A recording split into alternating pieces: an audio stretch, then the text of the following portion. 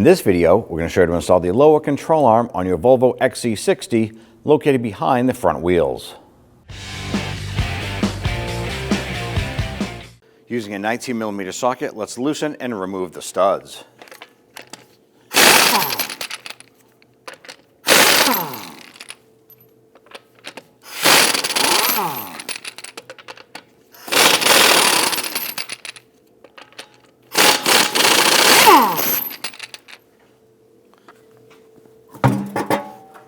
Grab that wheel, remove it, and set it aside. Using a 13mm socket, loosen and remove the axle bolt.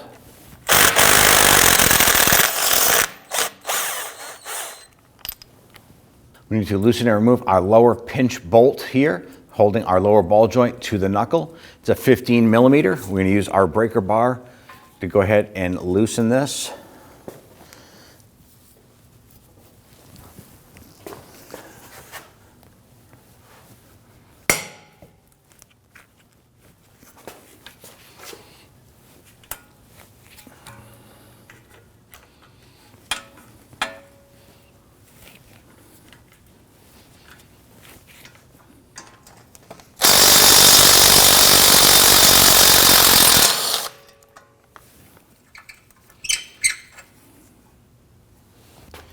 Now on our lower control arm, it's attached to the chassis via 3 bolts. There's one right here, and there's 2 further back here, one here and one here. These are 18mm. We're going to remove the first one up front.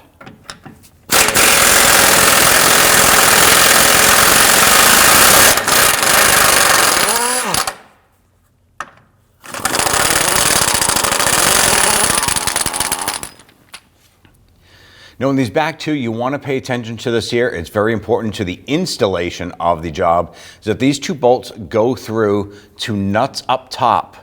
And these nuts also secure the sway bar clamp for the bushing. So when you remove this here, we're going to need to put our wrench up top as well.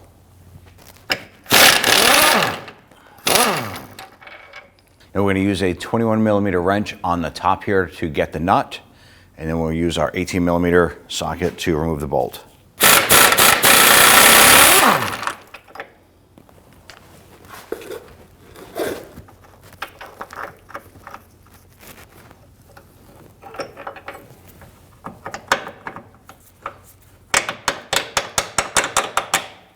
Gonna go ahead and grab the nut up top here.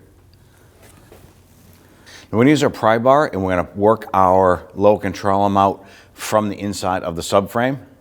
Be careful, the ball joint itself should still be secured in here, but if that is loose and you pop this out, the control arm could fall off. So just be prepared.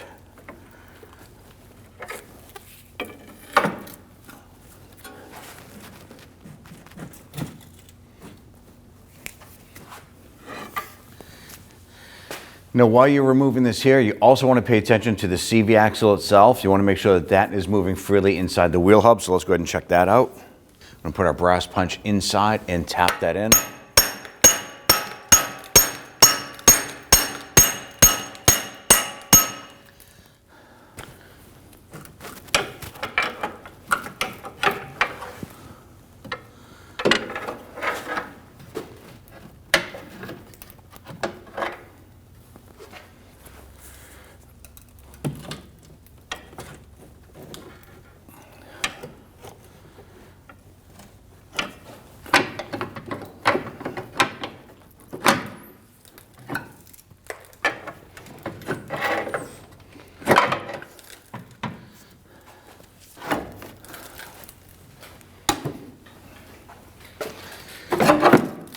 Now while I work on the ball joint, I'm going to go ahead and use a securing strap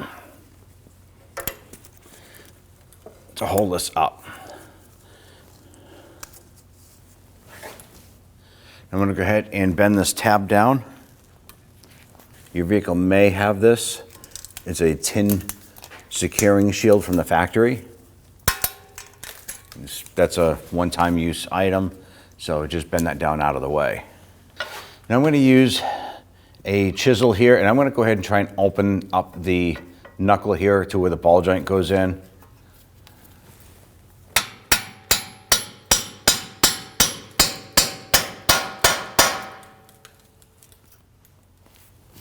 You want to try and knock this down. Now we try to bonk this free, but it's not coming out, so we're going to go ahead and use our pickle fork.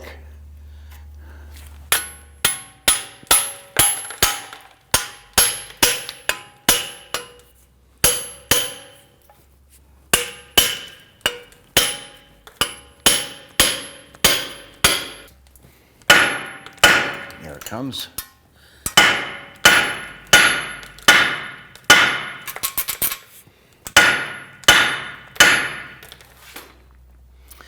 If you're supporting this, make sure that you're standing back or use other securing straps. Make sure that you're working safely.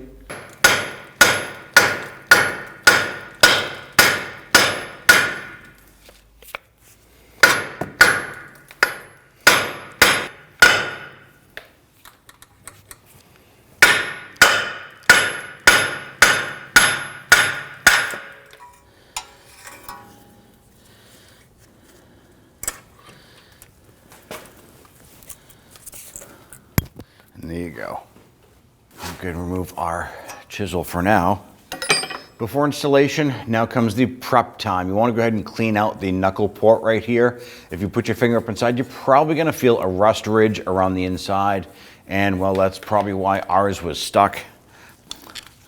You can use a combination of a half round file or a small round file. You want to go up inside and want to try and clean the inside of this here. No, we're not going to be removing metal. We just want to remove that rust ridge.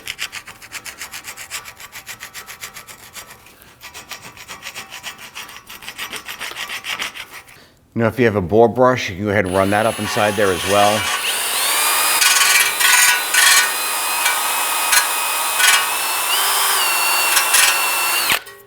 And go ahead and check that out.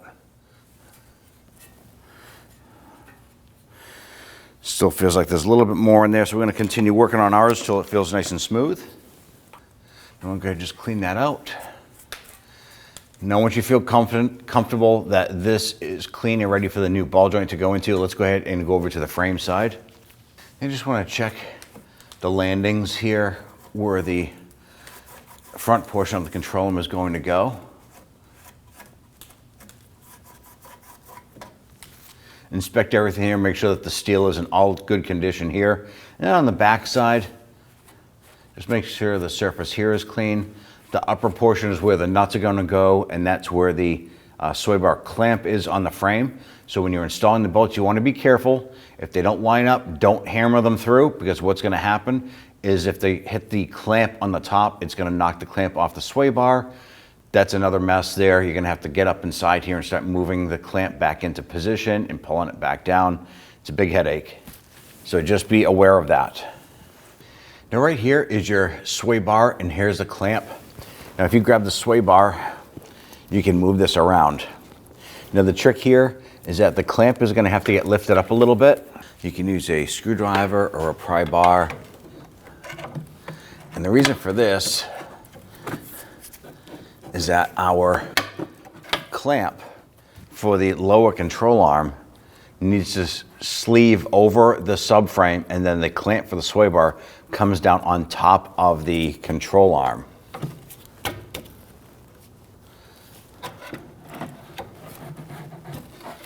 You pry up on that just a little bit. When we work our control arm into place, we'll have to lift the sway bar up and to drop it down onto the top here.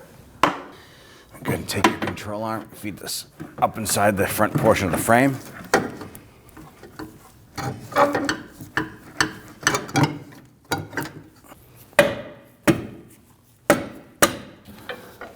I'm going to use my pry bar between the subframe over here and the sway bar. And we want to try and move this here, move the sway bar itself. Now at this point here, we want to go ahead and line up our front bolt. I'm going to use a flathead screwdriver. If you can get it inside that hole, you can actually manipulate that control arm around just a little bit. Grab your bolt.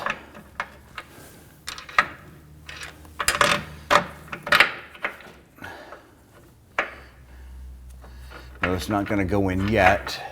Now we're putting our pole jack underneath our control arm, and the purpose for this is we want to go ahead and level this up a little bit, even though it's not connected over here.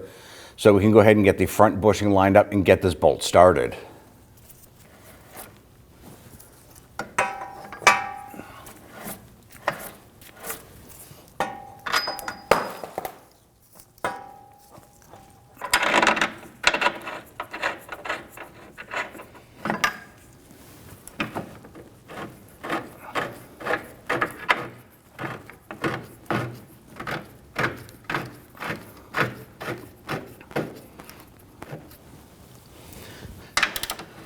I'm going to run this bolt in just to the shoulder part right here. Make sure it's in there. Don't tighten it down. Let's go ahead and lower our pole jack now. Remove that. Now along the back side of the subframe here, you're going to find the sway bar, and we're going to use our pry bar to get underneath the sway bar and pry up. And we should be able to swing.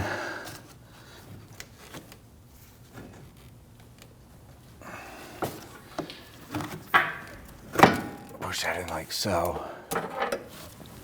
Now once you get the control arm pushed back onto the subframe, you want to pay attention to the sway bar itself and the clamp up top. In most cases, once you jam this up inside here, you probably shifted the sway bar. So go ahead and grab that sway bar and you can manipulate that to pop down into place.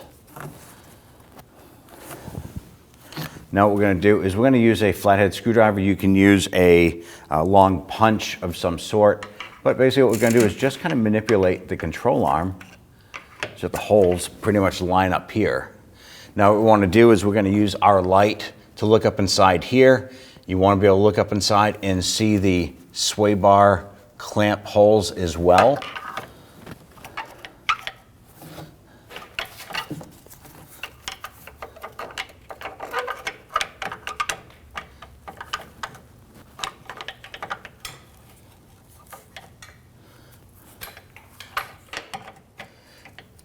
Now, if something isn't lining up all the way, go ahead and grab that sway bar.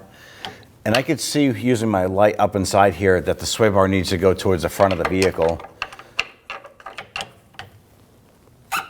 You can shift that around a little bit. Kind of get them in the general area. Continue to use your drop light or your light to look up inside here. Eventually, you're going to be able to get it to the point where by using your rubber mallet, you can bonk things around and use a Phillips head screwdriver. I'm using a flathead, but line up the holes and then go ahead and run test through, run the bolt up inside. Okay, ours is going through all the way. You're gonna reach up top, make sure that it is going through the clamp for the sway bar.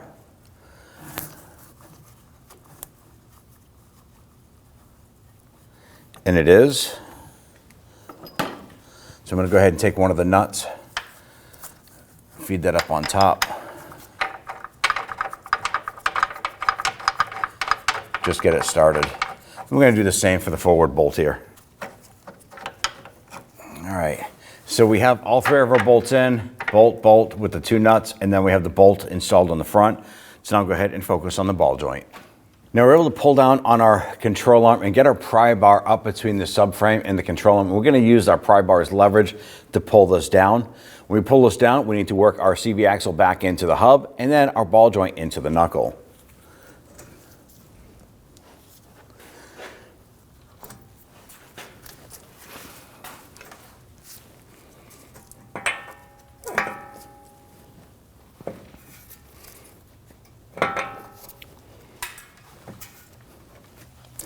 Now when you're doing this job here, you want to make sure that that CV axle goes into the hub itself, and you're going to manipulate the control arm with your pry bar just like so. Once you get that ball joint lined up, it's probably not going to pop in right away. So what you're going to do is you're going to get it into the hole, and it's probably going to be crooked. Then at that point, you're going to transition into grabbing the whole thing with the tie rod end and the brake caliper and just wobble or push the whole piece of suspension in so that that ball joint pops up into place. Go ahead and take your bolt, slide that in, and get that started.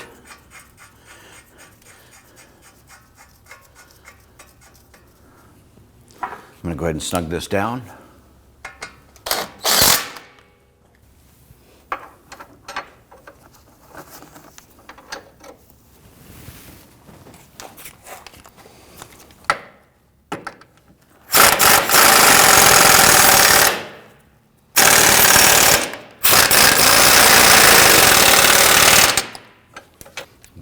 bolt.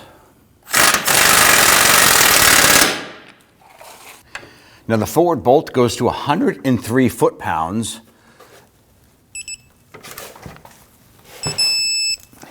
Now we have to go an additional 45 degrees, which is half of a quarter turn.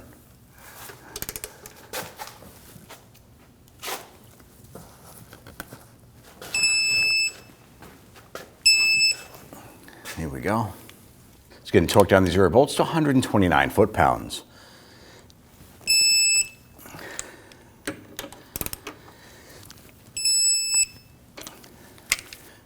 You want to torque down this bolt here to 81 foot-pounds.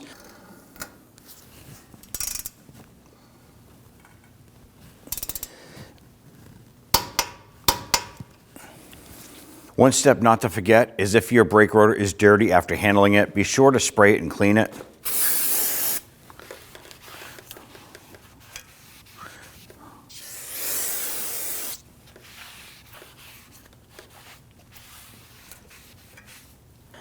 You want to be sure when you're doing this job that you replace the axle bolt. Apply some blue thread locker to the bolt. Get that started. Then we're just going to run that down, just snug it gently. I'm going to grab your torque wrench and we're going to torque this to 25 foot-pounds. Now I'm going to use a flathead screwdriver to go ahead and put it between the cooling vane or cooling fin and the caliper bracket. That's going to keep that rotor from spinning.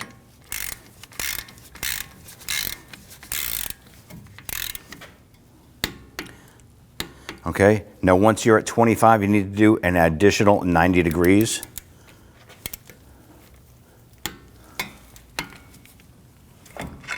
Remove your screwdriver. Go ahead and grab your wheel.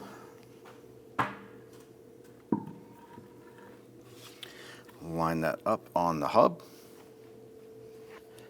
What I prefer to do is take the stud, put it inside the socket, line up your wheel, and go ahead and get that started. Once you get one started, you can normally go ahead and position the wheel to get the others going. Once you have all these started, I'm going to go ahead and gently snug these down.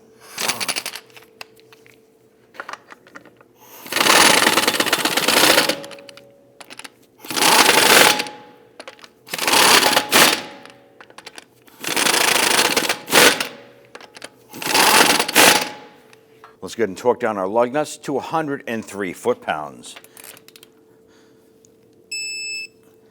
Now when doing this here, it's best if we do a star or crisscross pattern.